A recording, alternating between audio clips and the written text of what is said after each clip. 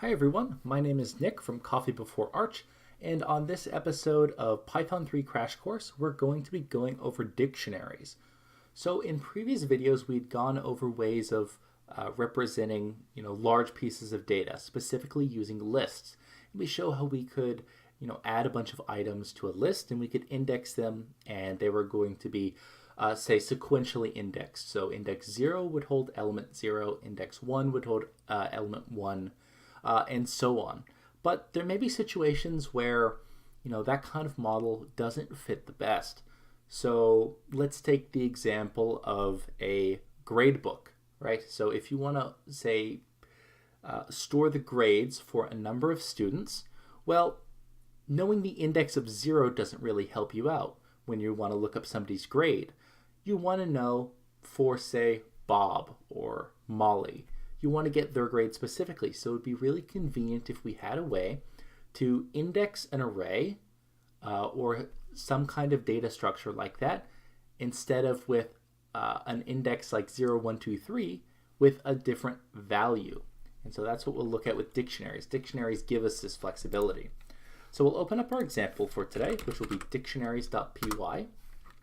And we'll go ahead and here's our motivating example. So say we have a group of students, Andy, Michelle, Bob, Kyle, and Molly.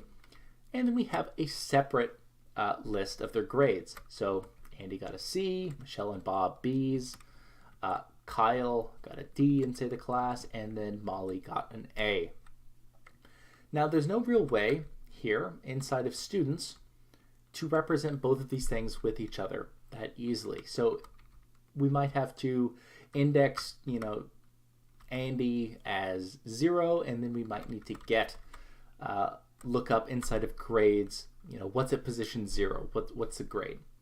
But dictionaries represent this a little differently. So we make a dictionary using these curly brackets instead of the square brackets. And we can add to a dictionary just like this. So we don't need to do something like append where we add something to the end. Dictionaries are they're not sequential or necessarily sequential. So there is no explicit ordering as far as which element is first and which element is last, because like we said, we're not indexing based upon a number 0, 1, 2, 3, 4, 5, 6, 7, etc. We're indexing these, or we're accessing something stored in a dictionary based upon a key. And that key, in this case, is going to be a string, and it'll be the name of the student. So to add something to a dictionary, we put, say, our key as the argument in these square brackets, and then the value that's stored at that key location as whatever the other thing to the right of the equal sign. So in this case, they'll both be strings, but it could also be numbers. Now, in this case, we want to store C for Andy, Michelle, B, Bob, a B, Kyle, a D, and Molly, an A. So we can index these or get the value stored at those positions, just like we do with a list.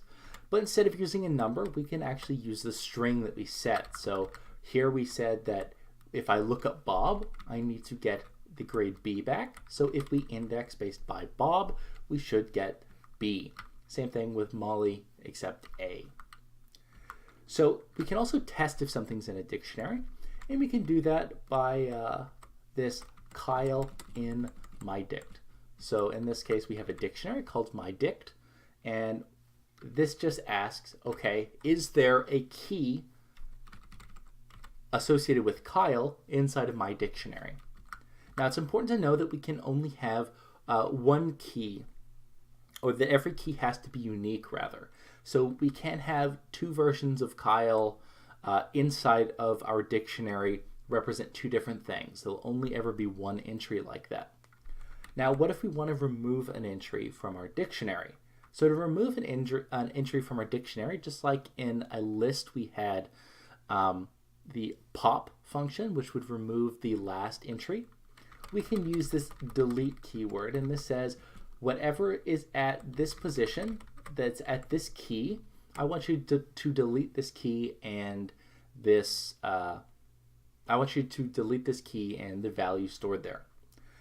So we don't just have to add these things one at a time like this.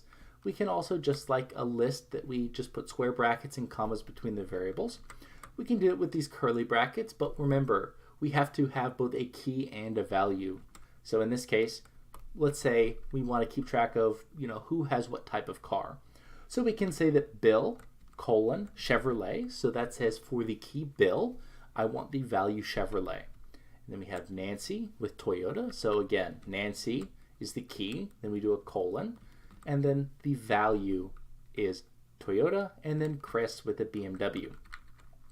And we can also get out all the keys and all the values stored in a dictionary by calling cars.keys or cars.values. So we can get all possible keys and all possible values from a dictionary. Now again, it's important to note that these aren't guaranteed to be ordered. So in the case of a list, if we printed out an entire list, they would have a definite order. You would know, in this case, if this was a list, you would know that position 0 would be Bill, position 1 would be Nancy, and position 2 would be Chris.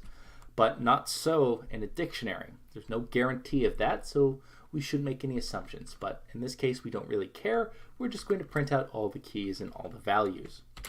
So we'll go ahead and quit out, and we'll call Python3 on dictionaries.py.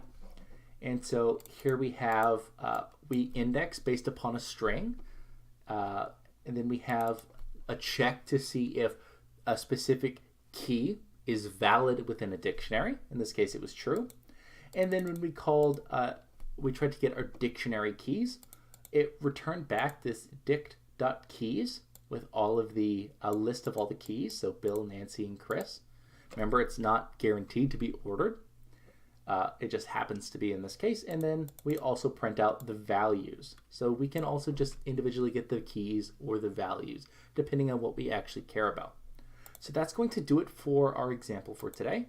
As always, if we go to Coffee Before Arch, our GitHub, so github.com/coffeebeforearch, and we go to Python3 Crash Course, we have all the code and links to the previous videos in this series.